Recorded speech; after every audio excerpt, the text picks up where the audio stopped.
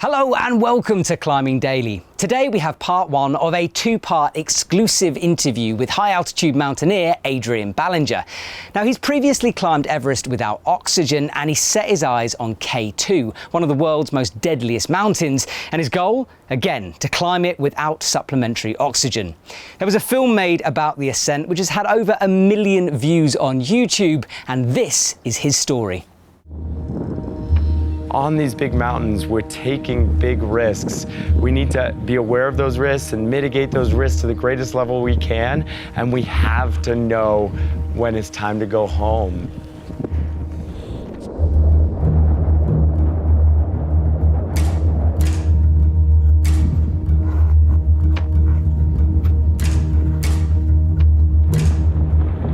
I know if I disappear on a mountain, I'm just gone. It's those people at home, it's my family, that it's gonna affect their lives for years and years to come. And while that might happen inevitably because of something I didn't plan, and I accept that risk, I just never wanted to be because I knew it and I pushed on anyway.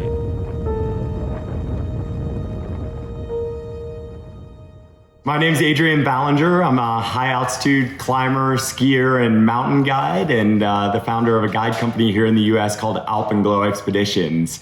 And I'm more or less 3 decades into my climbing career. I was lucky to have a series of mentors as a kid growing up. First in England, where I did not climb, but I moved to the United States when I was 6 years old to Massachusetts and started climbing in the White Mountains, trying not to get myself killed in Mount Washington in the winter, things like that, and did my first 6,000 meter peaks in South America when I was 17 and completely fell in love, and it's been my focus ever since.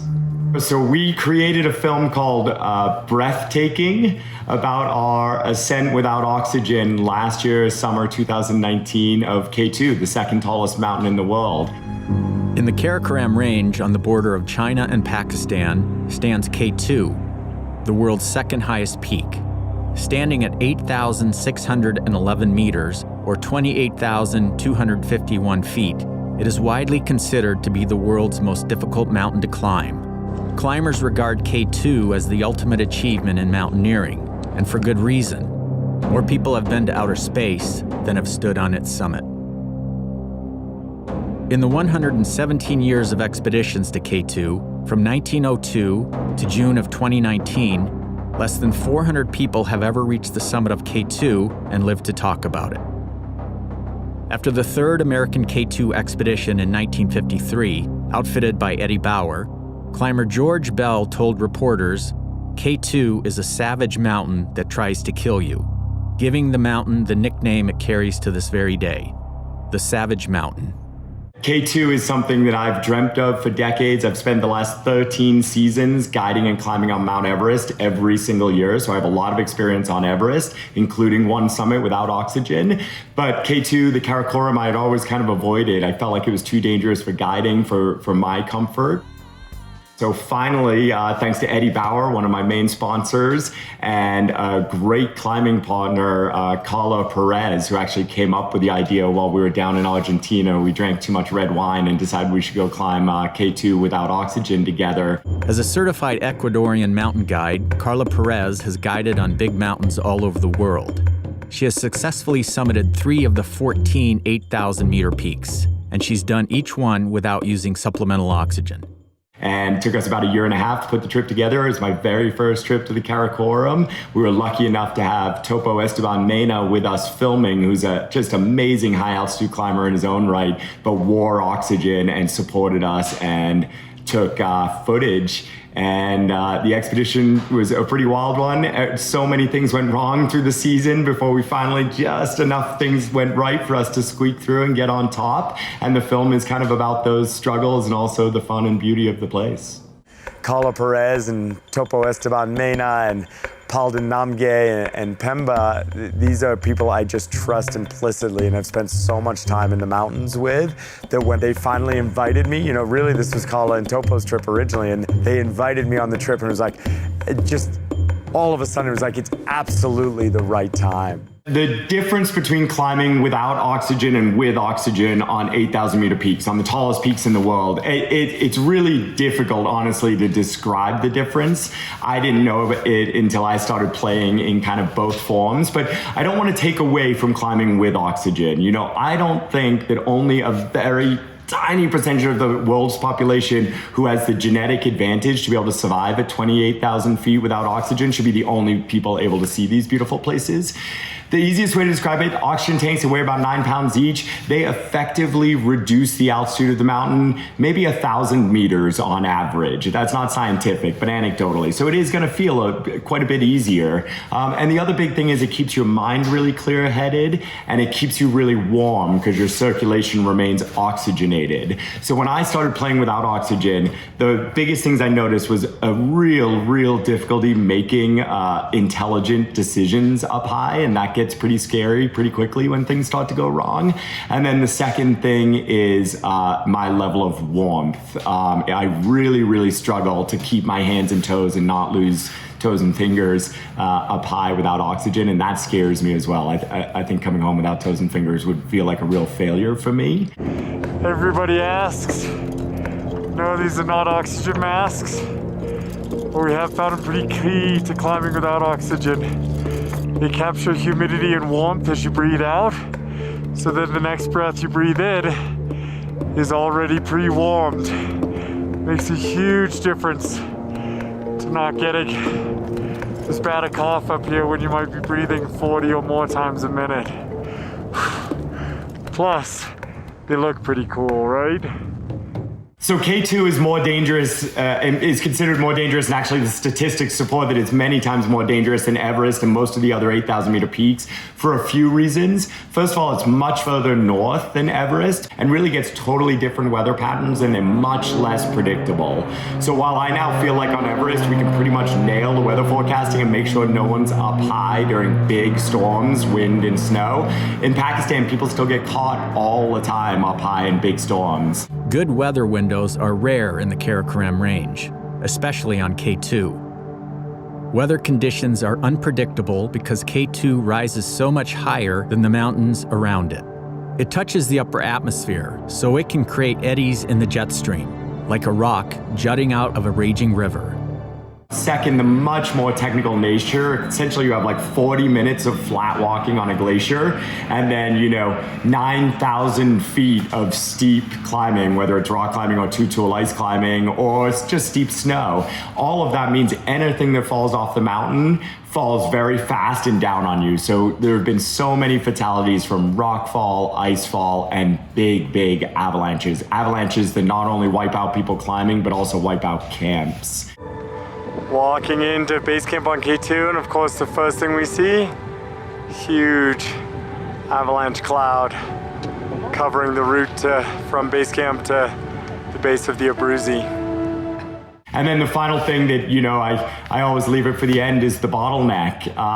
The biggest reason I never went to K2 is all of the major routes converge at Camp 4 and then continue to the final summit under something called the bottleneck Serac. A Serac is a huge overhanging ice cliff that's essentially moving because it's part of a glacier, so it's being pushed from behind all the time, and as it moves, chunks fall off the overhang.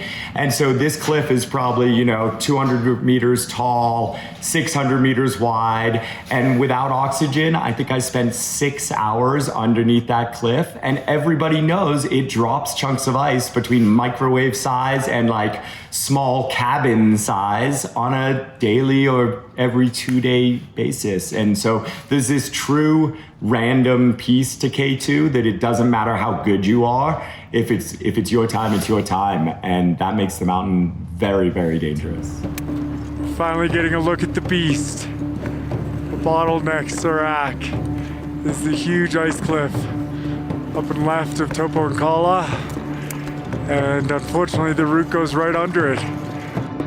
Mountains felt pretty safe up until getting a view of that thing. there was this moment where Carla and I were still acclimatizing. We spent a night at Camp 4, so at, something really miserable, like 25,000 feet without oxygen. And we weren't even going for the summit, even though it was only 3,500 feet away. We were just acclimatizing. And during that rotation, most of the commercial groups who were using oxygen, most of the other teams on the mountain who were using oxygen, were trying to use that good weather to go for the summit. And we watched every team get rebuffed, pushed back by the slope close to the bottleneck that was just massively avalanche prone. Multiple people got caught in avalanches, although no one was killed, and people were, trying to break trail in kind of chest deep, bottomless snow. And so, after that, we finished our acclimatization rotation on Night of Suffering. We went down to base camp, and we literally walked into a base camp where the 180 climbers out of 200 were packing up to go home. They felt like the mountain was too dangerous and things weren't going to change, and morale was incredibly low. And it was a hard moment for our team because we hadn't even made a summit push yet. And so ultimately we didn't know anything the other teams didn't know. We only knew that it was middle of July and we had nothing to do until we were going to Guide Choyu in September, and we were not going home yet. That's really all we knew, is we had to just wait to see if something could change. K2 Base Camp, with over 150 tents spread out over a half-kilometer of rock-covered glacier, went from this to this. You've probably heard of Nims, this incredible Nepali climber, Gurkha Soldier, who was trying to climb all 14 8,000 meter peaks in 1 year. And K2 was going to be one of his last and hardest. And he was about to drop in, by helicopter or by walking from the next mountain over Broad Peak for his attempt on K2. And he arrived the day everyone was leaving, and his energy was actually really important because he like us, just had so much stoke and so much willingness to go up and feel it out. And that like injection of stoke was very important for us as well. So we kind of teamed up, our two teams, to figure out to make one more attempt. So here we go, 11:30 at night. Halden's ready. Memphis ready. Carla's also ready. Topo's closing up the tent. Time to go try hard.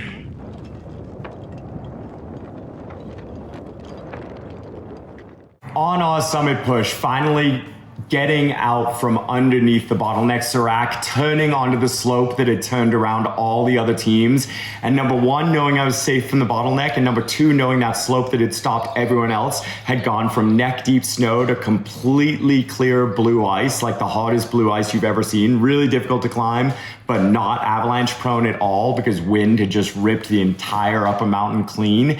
It was like this crazy emotional catharsis for me. It's just thinking about it now, it kind of brings it all back. Like, I think the biggest reason was like, I had avoided the bottleneck for 2 decades of my career. I had lost friends there back in 2008 through an icefall collapse of the bottleneck. Then I had, spent a year and a half dreaming with Topo and Carla and decided I was ready for the risk of the bottleneck and that I accepted that because K2 was important enough to me. Then I spent 6 hours underneath it and I wasn't kind of blacked out like I felt like I was a lot of times on Everest, but with the slightly lower altitude, I was fully with it. So I spent 6 hours thinking about all the things in my life that I would lose if this thing collapsed on me. And that's, I'm not saying that's a good thing. That is not the way to approach like a dangerous part of a big mountain.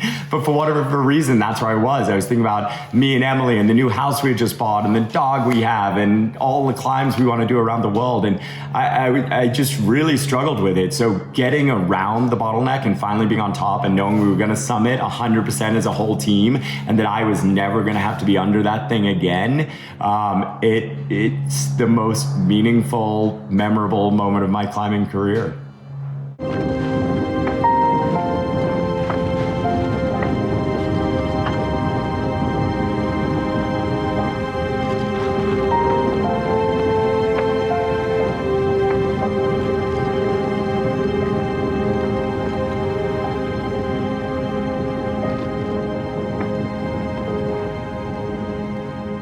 Yeah, so thanks so much.